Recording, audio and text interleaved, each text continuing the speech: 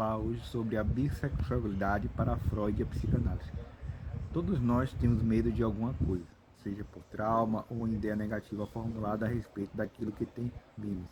Entretanto, precisamos sempre buscar conhecimento e superação das adversidades. Sendo assim, no texto de hoje, saiba mais sobre o significado da bissexualidade em seu aspecto social e também nas definições psicanalíticas. A orientação sexual do indivíduo não torna menos ou mais capacitado que outrem. Dessa forma, a bissexualidade é algo muito comum, um caminho a seguir como qualquer, com um adicional de felicidade e autoconhecimento. Acompanhe nosso post. O que é bissexualidade? Bissexualidade é uma orientação sexual caracterizada pela capacidade de atração sexual ou romântica ou mais de um gênero, não necessariamente homem e mulher, ao mesmo tempo, da mesma maneira ou na mesma frequência. Assim, o número de indivíduos que apresentam comportamentos e interesses de teor bissexual é maior do que suporia a primeira impressão. A tal impressão é devido à pouca discussão dessa situação tanto em meio acadêmico como em meio popular, mantendo a tendência geral de uma ideia de orientação sexual comumente heterossexual ou homossexual. Heterossexual ou homossexual. A bissexualidade vai além dessa visão simplória acerca da homo ou heterossexualidade, conforme exposto anteriormente.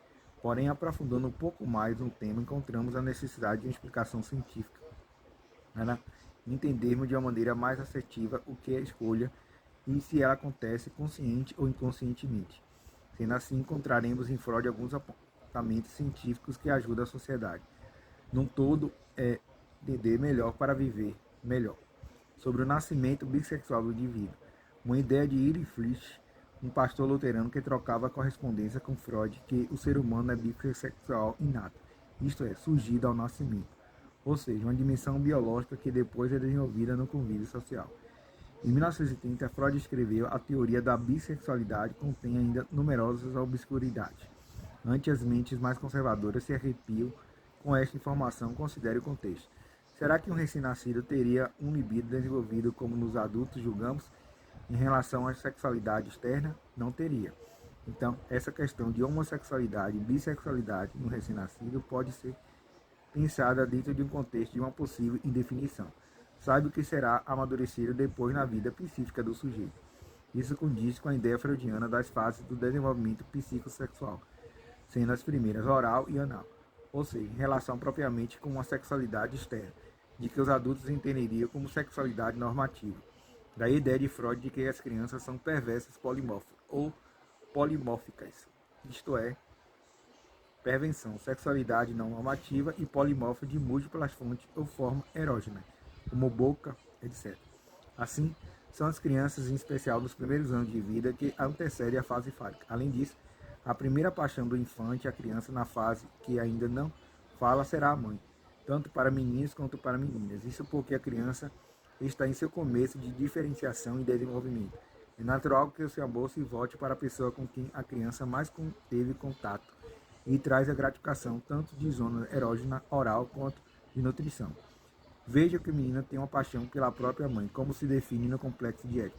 Só depois a criança desenvolverá a proibição do incesto, tabu. Então, da mesma forma, poderemos pensar que não seja uma questão de recém-nascido, definir como heterossexual ou homossexual. Daí a ideia de Flisch de que a bissexualidade é um aspecto inato. Veja qual nós estamos falando em bissexualidade como opção, que é algo bem questionável. Nem estamos entrando no mérito dessa discussão na idade adulta do sujeito. O que queremos dizer é que mesmo aqueles mais conservadores quanto à heterossexualidade teriam na infância vivenciado uma bissexualidade ou uma sexualidade polimórfica, nas concepções de Flisch e de Freud. Entender melhor para viver melhor. Diante de tudo isso, é necessário entender melhor para vivermos em harmonia. Haja visto, somos todos iguais em direitos e deveres. Há sempre uma fobia ou preconceito por trás desse tema, uma vertente que denomina essa situação como bifobia. Sobre isso, uma fase de bifobia se dá quando certos homossexuais consideram a bissexualidade pouco mais que um meio termo confortável, interossexualidade estabelecida e identidade homossexual pela qual lutam por estabelecer. Por fim, Esse preconceito também causa certos julgamentos prévios sobre o indivíduo bissexual, como a promiscuidade, inconstância e tendência à infidelidade, porte de doenças venéreas ou mero modismo. A bissexualidade, mero modismo.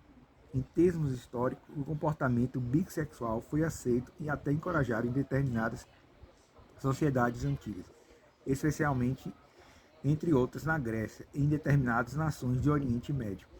Assim, não se trata de uma situação criada recentemente ou uma forma de impor ideologias contemporâneas passageiras, descaracterizando a hipótese de um mero modismo.